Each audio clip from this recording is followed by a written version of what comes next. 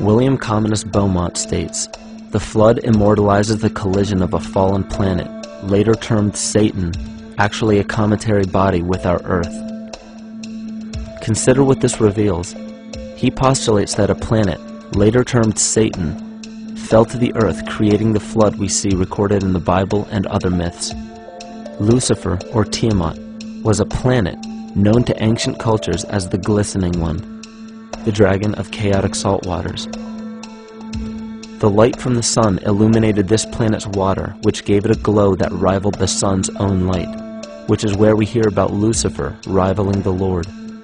The Lord in this case being the sun, which sustains and gives warmth to the earth. The planet Tiamat, or Lucifer, was destroyed by a cataclysmic event that hurled the watery planet to the abyss of the earth.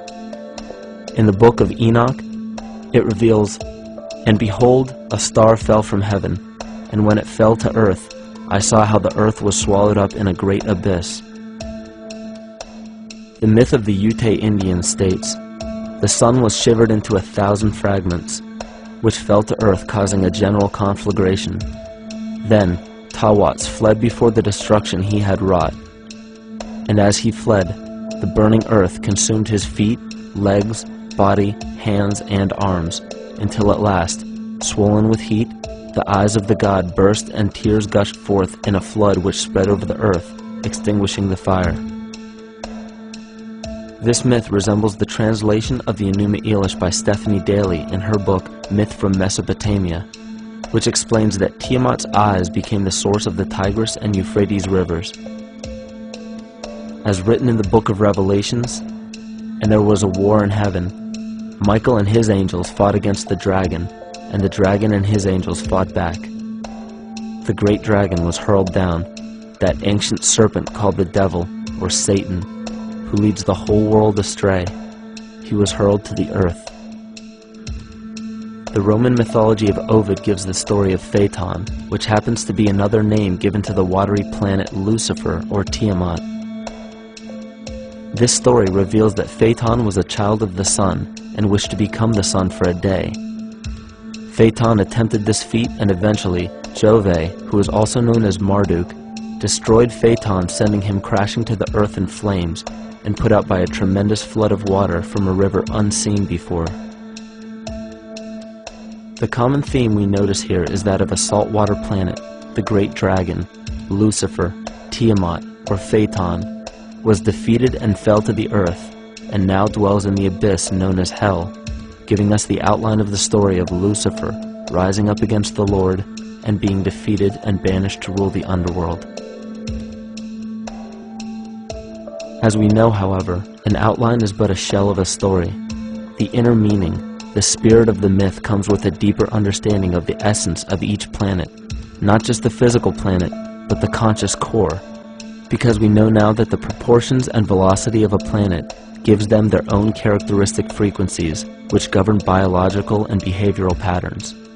These planets reflect the archetypal psychology of man. In ancient times, probably the most important field of research was the study of the heavens. Galactic bodies and their movement through the sky were known to be symbolic of the inner faculties within human consciousness. Within all organisms, outdated science has only explained the physical world measured by our five senses. Only in esoteric religions, mysticism, and quantum fields of science are we to find any attempt at explaining where thoughts and emotions fit into the sense-perceptible world. We also understand now that humanity is a community of cells within the organism of the Earth. The Earth, therefore, is a higher organism that shapes our form and function. This higher organism and all other planetary bodies are governed by consciousness, just as we individual humans are. Therefore, the Newtonian belief that galactic bodies are nothing more than lifeless forms floating in space is tantamount to claiming that we humans are nothing more than a composite of elements in motion. We know that this is untrue because we feel, we think, and furthermore we see the result of our consciousness creating what we call life. Plato wrote, "This world is indeed a living being, endowed with a soul and intelligence, a single visible living entity containing all other living entities. which by their nature are all related. Furthermore, the cosmos is a single living creature which contains all living creatures within it. And in an article out of the Sufi journal, the author writes, "The world is a living spiritual being." This was understood by the ancient philosophers and the alchemists who referred to the spiritual essence of the world as the anima mundi, the soul of the world. In scriptures, we hear of the claim that angels guide the inner soulful actions of people, or that the gods wield influence over man. Most ancient spiritual and scientific teachings held the belief that the hierarchies of the gods, angels, archangels, archai, all the way down to the cherubim and the seraphim, are the hierarchies within the human psyche. In this way, we must understand that when the whole of ancient myths and sacred scriptures speak of spiritual influence from a higher being, they were speaking of archetypal forces that are inherent within us, not an influence from an external source. This is where we begin to see the relevance of astrology as an ancient form of science that resurfaced in the 19th and 20th centuries under the name of psychology. Friedrich Nietzsche even stated, "As long as you still experience the stars as something above you, you still lack a viewpoint of knowledge." This is astropsychology and maps the inner faculties of the psyche. In pre-Christian times, there were schools known today as the mystery schools or the mystery religions. The messages encoded in the scriptures and ancient archaeology came from adepts of spiritual science. The intent was to teach the initiates the deeper meaning of these myths. What became later termed as Lucifer, Satan, or the devil was representative of the ego which rivals the Lord, the representative of the self. The true self is the epicenter of a person's entire being. It is the total sum of everything that we are.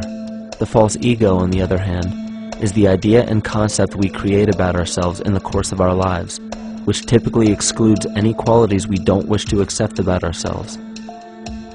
However, humanity has been endowed with the freedom to choose either to obey the true self or to give in to the temptation of the vanity and materialism of the false ego. This is the most notable trait that separates man from animal: our freedom of choice, the choice to follow our concepts and ideals or our natural impulses, the choice to sustain nature or to destroy it. This freedom of choice weighs on the fate of the entire organism that we call humanity. Cancer begins with a group of cells within a community that fail to communicate with the conscious signal of the organism. Those cells begin to grow out of control and spread to other areas of the organism. This very disease is evident in our world today. The cancer upon our earth is the domination of our false ego and our divorce from nature. Collectively, among every human, the cancer upon our earth is the domination of our false ego and our divorce from nature. Collectively, among every human, vanity leads to segregation and competition. Competition leads to fear and greed. Greed leads to deceit and immorality. And immorality is the breeding ground for illness, waging war on our earth. Every act of hatred and destructiveness in our world begins with self-hate and self-destructiveness.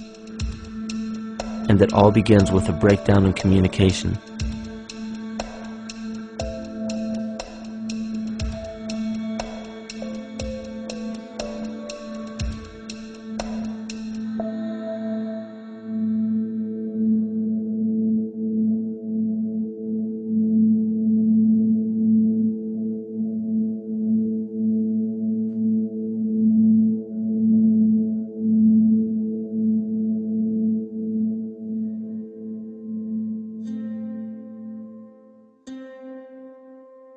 In nature, all that we perceive with our five senses is a result of two fundamental principles.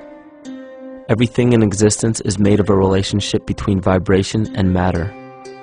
Vibration is a masculine creative force countered by matter, which is a feminine receptive force. Thus begins the principle of duality. We see this duality in ancient myths and philosophies, yet only those philosophies and scriptures that were perverted and raped of the original meaning gave the impression that one polarity was good while the other was evil. The original sages, adepts, and shamans taught that both are necessary, and one would not exist without the other. These two important principles come together to form all things in the universe. This is Kymatica. Even language, logos, the communication of any and all things in nature, depends upon this principle.